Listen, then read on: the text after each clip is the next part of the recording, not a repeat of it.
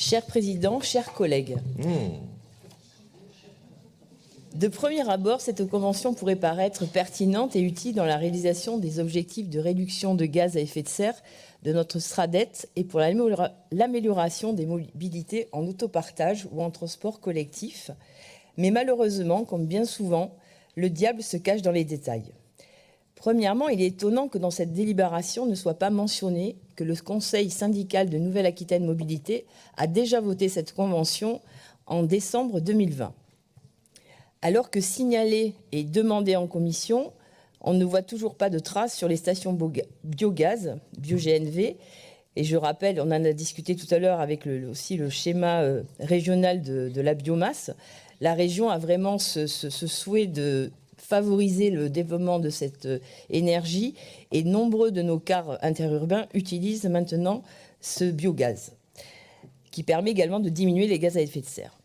Sur l'aspect d'utilisation de bandes d'arrêt d'urgence, notamment au nord de Bordeaux, il semble que des études de Vinci soient bien longues, puisque je rappelle, ça a été voté en 2020 à Nam et les travaux ont commencé. Ce travail est bien long. Malgré tout, est-ce qu'on pourrait avoir, même si ces études ne sont pas finies, puisqu'il va falloir bien sûr voir si techniquement la bande d'arrêt d'urgence peut être utilisée, ce serait quand même intéressant d'avoir le temps de parcours qui serait fait entre Blaye et Bordeaux si ces bandes d'arrêt d'urgence pouvaient être utilisées. Et j'en profite également pour rappeler que notre Assemblée régionale a voté une motion qui a été adoptée sur la réouverture de la ligne Blaye-Saint-Mariens, et je remercie les collègues d'en avoir parlé précédemment. Et là, c'est pareil, on ne voit rien venir. Par contre, on a toujours les cars express. Certes, cette convention ne spécifie pas de budget, mais il y est quand même écrit qu'il y a des conventions qui seraient financées par la région, parce que si besoin.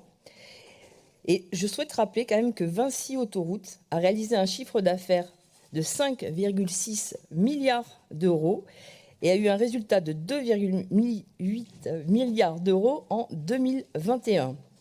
Notre règlement des aides aux entreprises exclut en principe toutes celles qui distribuent des dividendes à des actionnaires.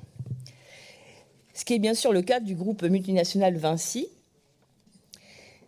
Nous serons donc vigilants à l'avenir s'il y a des conventions avec des conséquences financières pour la région. D'autre part, il est quand même très étonnant que l'État ne soit pas associé à cette convention, puisqu'au final, c'est l'État qui va donner l'autorisation ou pas d'utiliser cette bande d'arrêt d'urgence. Donc cette convention, elle ressemble plus à un catalogue de bonnes intentions, préservation de la biodiversité, développement de micro-éoliennes, production d'électricité par du photovoltaïque, des intérêts certes pour la mobilité partagée, mais paraissent un peu faibles pour permettre au final à Vinci Autoroutes de devenir une autoroute bas carbone. Un groupe comme Vinci ne peut résoudre en effet une contradiction fondamentale inhérente à ses raisons d'être. Contradiction entre la nécessité de capter encore plus de trafic routier pour maintenir ses profits, alors que ce même trafic routier génère un bilan carbone que les véhicules plus propres ne viendront pas réduire drastiquement. Donc pour toutes ces raisons, nous voterons contre